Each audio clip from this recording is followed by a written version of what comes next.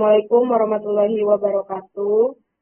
Perkenalkan, kami dari kelompok 4, Impact 18 reguler, ingin mempresentasikan hasil diskusi kami yang berjudul Food Disorder dan CTIP. Sebelum kami memulai presentasinya, kami ingin memperkenalkan diri terlebih dahulu.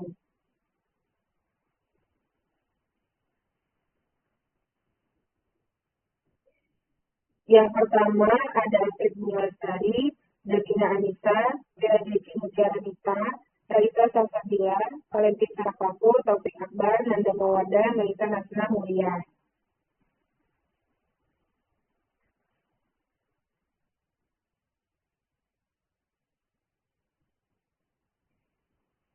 What is food disorder and CPEP? Food disorder adalah gangguan atau kelainan pada kaki yang dapat mempengaruhi bentuk, posisi, fungsi, maupun cara berjalan seseorang.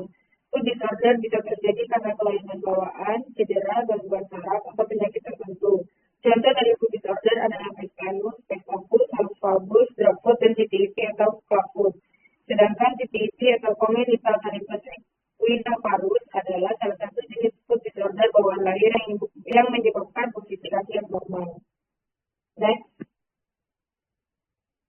Oke, selanjutnya ada etiologi food disorder dan CTIP, yang dimana di sini dapat faktor genetik atau keturunan, posisi genetik yang abnormal dalam rahim, serta gangguan perkembangan otot, tulang, dan tendon saat janin. Lalu ada neuromuscular disorder, seperti spina, bifida, dan cerebral palsy, serta faktor lingkungan yang mempengaruhi serta kehamilan seperti merokok, serta vascular dan connective tissue abnormalities, dan sebagian besar CTIP bersifat idiopatik atau penyebabnya belum diketahui. Next. Selanjutnya ada sign di sini. Yang pertama equinus atau perjalanan kaki menekuk ke bawah. Lalu varus berputar ke dalam, aduksi bagian depan kaki mengarah ke dalam, kapus lengkung kaki terlalu tinggi. Selanjutnya ukuran kaki lebih kecil dibanding kaki normal, otot betis kurang berkembang pada sisi yang terkena, lipatan kulit abnormal di tumit atau pergelangan, dan terakhir tendon Achilles pendek sehingga kaki tertarik ke bawah.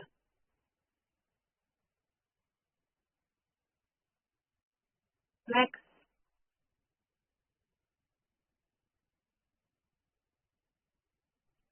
Selanjutnya ada simptom. Itu ada kesulitan berjalan, yaitu anak berjalan dengan sisi atau punggung kaki. Yang kedua ada nyeri kaki saat mulai belajar berjalan, terutama bila deformitas berat. Selanjutnya ada pincang atau pola jalan tidak normal. Selanjutnya ada cepat lelah ketika berdiri atau berjalan lama. Yang selanjutnya ada kapalan atau luka kulit akibat terkena abnormal pada permukaan kaki. Selanjutnya ada kesulitan memakai sepatu karena bentuk kaki tidak sesuai ukuran normal. Selanjutnya ada gangguan aktivitas sehari-hari seperti berlari, bermain, atau berdiri lama. Selanjutnya yaitu ada prognosisnya. Prognosis pada congenital talipes of Dionovarus atau CTV dan Clubfoot adalah perkiraan mengenai perjalanan penyakit dan hasil terapi yang akan dicapai pasien di masa depan. Secara umum, CTV cukup baik apabila ditangani sejak dini, terutama pada saat bayi baru lahir. Dengan terapi yang tepat seperti metode Ponseti, penggunaan casting serial, Achilles, tenomi bila diperlukan, dan press. Sebagian besar pasien dapat berjalan normal, bermain, serta beraktivitas tanpa nyeri berarti. Namun, prognosis dapat berbeda tergantung beberapa faktor seperti tingkat keparahan deformitas, kepatuhan penggunaan press, usia saat terapi dimulai, adanya kelainan neuromuskular atau sindrom lain, dan kemungkinan kekambuhan. Jika tidak ditangani, CTIP dapat menyebabkan gangguan gait, nyeri, deformitas, menetap, kesulitan memakai alat kaki, hingga keterbatasan aktivitas sehari-hari. Selanjutnya,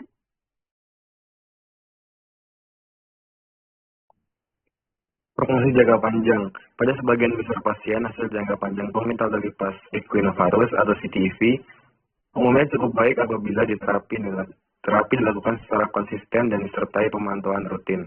Anak dapat tumbuh dengan kemampuan berjalan yang mendekati normal, serta mampu melakukan aktivitas sehari-hari secara mandiri. Sebagian besar pasien juga dapat mengikuti kegiatan sekolah, bermain, dan olahraga ringan tanpa hambatan berarti.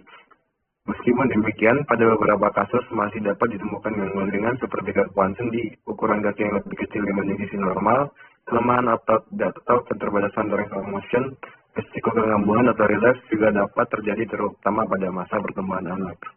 Next.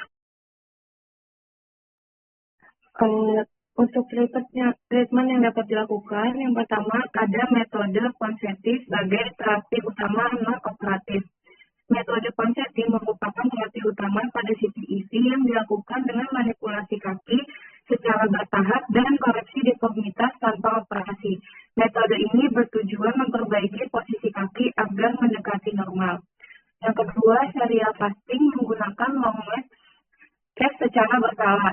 Serial fasting dilakukan dengan pemasangan gips panjang atau long leg cast yang diganti setiap minggu untuk mengoreksi posisi kaki sedikit demi sedikit dan mempertahankan hasil manipulasi. Yang ketiga, tenotomi tendon Achilles untuk memperbaiki equinus. Tenotomi Achilles dilakukan bila posisi equinus masih menetap setelah serial fasting. Tindakan ini berupa pemotongan kecil pada tendon Achilles agar ankle dapat melakukan dosifleksi lebih baik. Dan terakhir, penggunaan foot abduction brace tipe Dennis Brown. Setelah koreksi berhasil, pasien menggunakan foot abduction brace atau FAB tipe Dennis Brown untuk mempertahankan posisi kaki hasil terapi dan mencegah terjadinya relapse atau kekambuhan.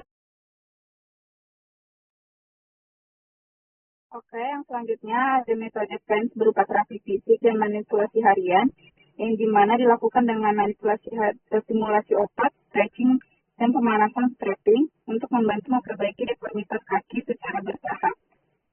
Yang kedua, ada injeksi botox atau BPS sebagai terapi tambahan. Injeksi botox diberikan pada otot yang kaku untuk membantu relaksasi otot sehingga koreksi deformitas menjadi lebih mudah.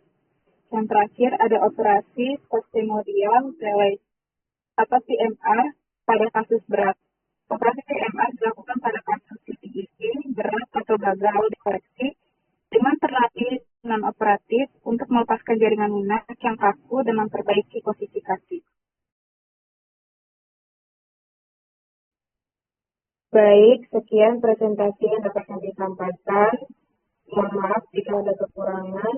Kami akhiri. Wassalamualaikum warahmatullahi wabarakatuh. Waalaikumsalam, Astrid.